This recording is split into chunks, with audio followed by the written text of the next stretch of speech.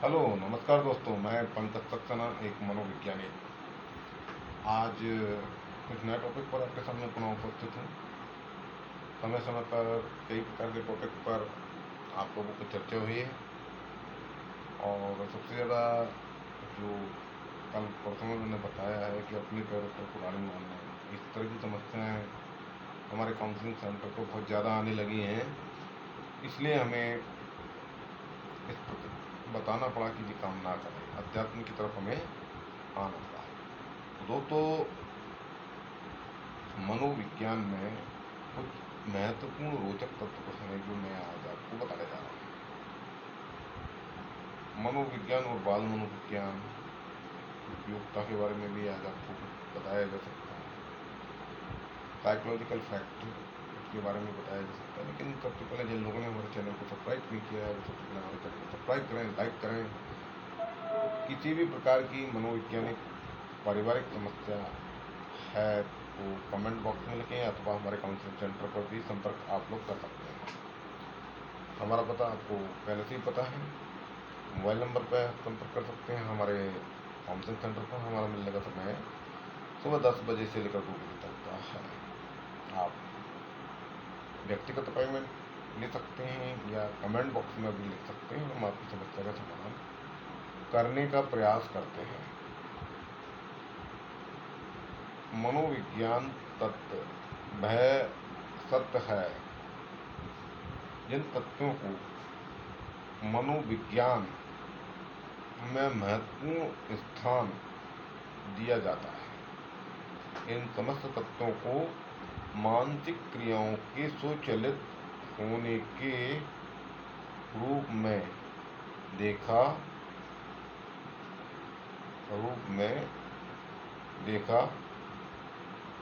जाने लगा है। इन समस्त मनोवैज्ञानिक तथ्यों से सिर्फ मनुष्य ही प्रभावित नहीं होते, अपितु समस्त जीवों में भी इन तत्वों के लक्षण को देखा जाता है।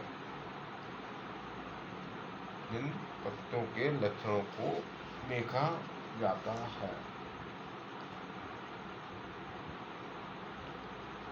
हमने अपनी पिछली मनोविज्ञान और बाल मनोविज्ञान के संबंध में विस्तार पूर्वक जाना और इसकी उपयोगिता एवं महत्व से भी आप लोगों को परिचित कराया है। आज हम मनोवैज्ञानिक तत्वों से जुड़ी कुछ बातों के बारे में आप लोगों को बताएंगे। प्रत्येक व्यक्ति स्वीकार या महसूस किया जाता है, जिसके कारण साइकोलॉजिकल फैक्ट के रूप में देखा भी जाता है। मनोविज्ञान के कुछ महत्वपूर्ण तत्व। मनोविज्ञान को मन एवं व्यवहार का विज्ञान कहा जाता है, जिसमें मानव के व्यवहार एवं उसकी मानसिक क्रियाओं का अध्ययन करने वाला विज्ञान ही मनोविज्ञान होता है।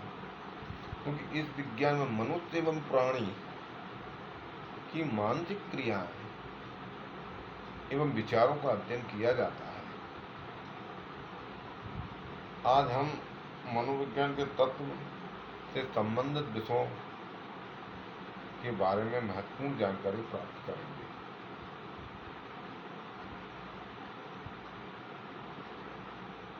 आज हम इस YouTube चैनल के माध्यम से कुछ टिप संबंध में मनोविज्ञान तथ्यों को जानिए।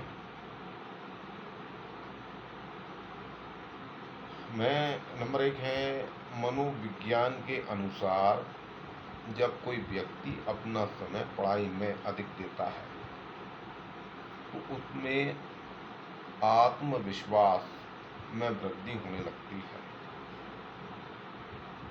जब कोई छात्र कक्षा में उच्च प्रदर्शन करता है, अध्यापक की रुचि एवं सहानुभूति उस बच्चे के लिए बढ़ जाती है।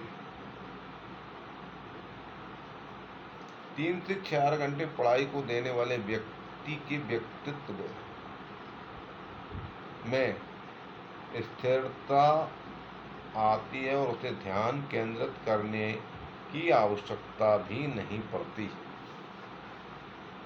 ज़्यादा पढ़ाई करने से व्यक्ति जल्दी परिपक्व एवं समझदार हो जाता है। मनोवैज्ञानिकों के अनुसार प्रकरण में जल्दी और स्थायी रूप से याद करने के लिए उसे समझ कर पढ़ना अधिक लाभदायक हो सकता है।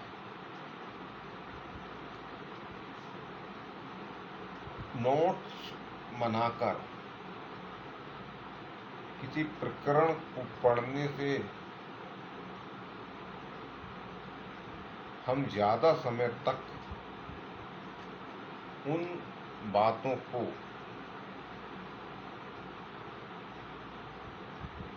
याद रख सकते हैं। स्टडी को अधिक प्रभावशाली बनाने हेतु बीच बीच में 10 से 15 मिनट तक का हमें आराम करना चाहिए। किसी प्रकरण को अधिक विस्तृत और स्थायी रूप से सीखने के लिए उसे पढ़ते समय उसका मस्तिष्क में दृश्य बनाना अधिगम को प्रभावशाली बनाता है। मनोवैज्ञानिकों के अनुसार जो व्यक्ति आराम की अवस्था में पढ़ाई करता है उसे 20-25 मिनट में नींद आ जाती है। ये मनोवैज्ञानिकों का मानना है। पढ़ाई करते समय अगर नींद आए तो हमें कॉफ़ी पी लेनी चाहिए। ऐसा करने से अधिक समय तक नींद नहीं आती। और माता या पिता को बच्चों को, अगर जॉइंट फैमिली में रह रहे हैं, बच्चे किसी हॉस्टल में नहीं हैं, तो माता पिता का कर्तव्य है कि बच्चों को समय समय पर इस प्रकार की चीज़ें दें। अगर हम चिंगम को चबाते हैं स्टडी करें तो हम किसी भी टॉपिक को आसानी से जल्द समझ सकते हैं। ऐसा भी मनोवैज्ञानिकों का मानना है।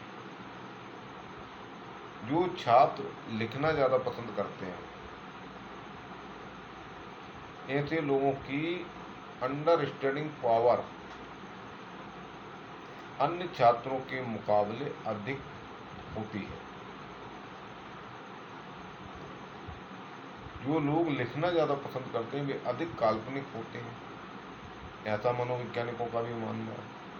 जो अधिक पढ़ाई करते हैं उनका व्यवहार अधिक शांत स्वभाव वाला होता है। ऐसा मनोवैज्ञानिकों का भी मानना है। जो व्यक्ति शिक्षित होते हैं वे समाज के साथ समायोजन करने में सफल होते हैं। ऐसा भी मनोवैज्ञानिकों का मानना है।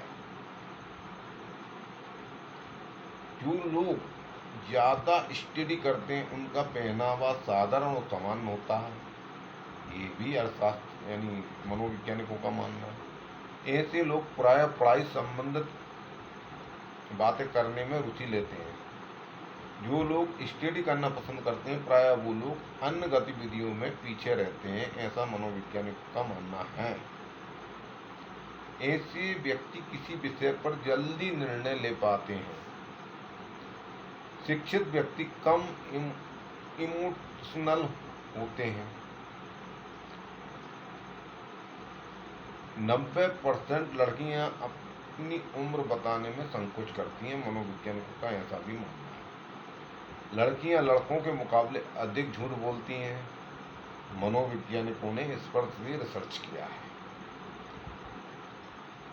जो लड़कियां अधिक सुंदर होती हैं वो ज़्यादातर सिंगल होती हैं, क्योंकि अक्सर लड़के ऐसी लड़कियों को देखकर यह सोचते हैं कि उसका घमंडी होगी।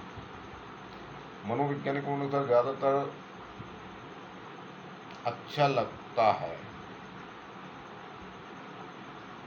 लड़कियां लड़कों के मुकाबले अधिक भावुक होती हैं।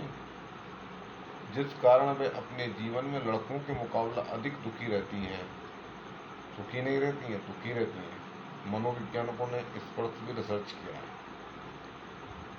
लड़कियों की अपनी तारीफ सुनना पसंद होता है, लड़कियों को अपनी तारीफ सुनना पसंद होता है। कोई लड़का उनके सामने किसी लड़की की तारीफ करे तो उन्हें बिल्कुल पसंद नहीं है। इस पर भी मनोवैज्ञानिकों ने रिसर्च किया है, खोज हुई है। मनोवैज्ञानिकों के अनुसार लड़कियां अपनी सोच से विपरीत कार्य करती हैं, जिस कारण उन्हें समझ पाना अत्यंत मुश्किल होता है। लड़कियों को ऐसे लड़के बहुत पसंद आते हैं, उनकी बहुत केयर करते हैं। लड़कियों की नज़र में अपने को अच्छा सिद्ध करने के लिए आपको निरंतर उनको विश्वास दिलाने की आवश्यकता होती है। इसलिए कभी कभी यह इंतजार काफ़ी लंबा हो जाता है। मनोवैज्ञानिकों ने इस पर भी रिसर्च किया है। बात बहुत ज़्यादा है और समय हम पे कम है। जो व्यक्ति अपने फ़ोन को ज़्यादा उपयोग करते हैं, खासकर गेम में, ऐसे व्यक्ति का ब्रेन धीरे धीरे कार्य करता है और उसको भूलने की बीमारी हो जाती है। ये न्यूरोलॉजिस्ट का भी मानना है और मनोवैज्ञानिकों का भी मानना है। हमारा माइंड सकारात्मक चीज़ों से ज़्यादा नकारात्मक विचारों के संबंध में ज़्यादा सोचता है। ये भी काफ़ी मनोवैज्ञानिकों ने मानना है। हमारा मस्तिष्क भविष्य के बारे में अधिक सोचता है। हमारा मस्तिष्क देखी हुई वस्तु को अधिक समय तक स्मरण रख पाता है। चलिए हम इस संबंध में कुछ और फैक्ट हैं, कल बात करेंगे। लेकिन जो मैं बताना चाह रहा हूँ कि जो बच्चे JEE, नीट, IIT, नीट यानी नीट के साथ साथ मैं SSC, MPPSC, PSC या UPSC या अन्य कॉम्पिटिशन एग्जामिनेशन की तैयारी कर रहे हैं, वो हमारे इस चैनल को निश्चित तौर पर देखें। और हम मनोवैज्ञानिक तरीके से कैसे तैयारी की जाती है इस बारे में हमने समय समय पर आप लोगों को बताया है। यूँ मनोविज्ञान से PhD, DLED या MPhil, MA, MSc in psychology, BA, BSc in psychology, गार्डियंशियल काउंसलिंग का डिप्लोमा या डिप्लोमा इन क्लिनिकल साइकोलॉजी या अन्य किसी भी प्रकार के साइकोलॉजिकल डिप्लोमा आप लोग कर रहे हैं तो हमारे इस चैनल को निश्चित तौर पर देखा करें और हमारे चैनल को सब्सक्राइब अवश्य करें। समय समय पर हम इस प्रकार की चीज़ें आपके सामने लाते रहते हैं और लाते रहेंगे। और हो सकता है कि कुछ समय बाद हम इस प्रकार की चीज़ों के लिए टेलीविज़न पर भी आ सकते हैं। नमस्कार, जय हिंद, जय भारत।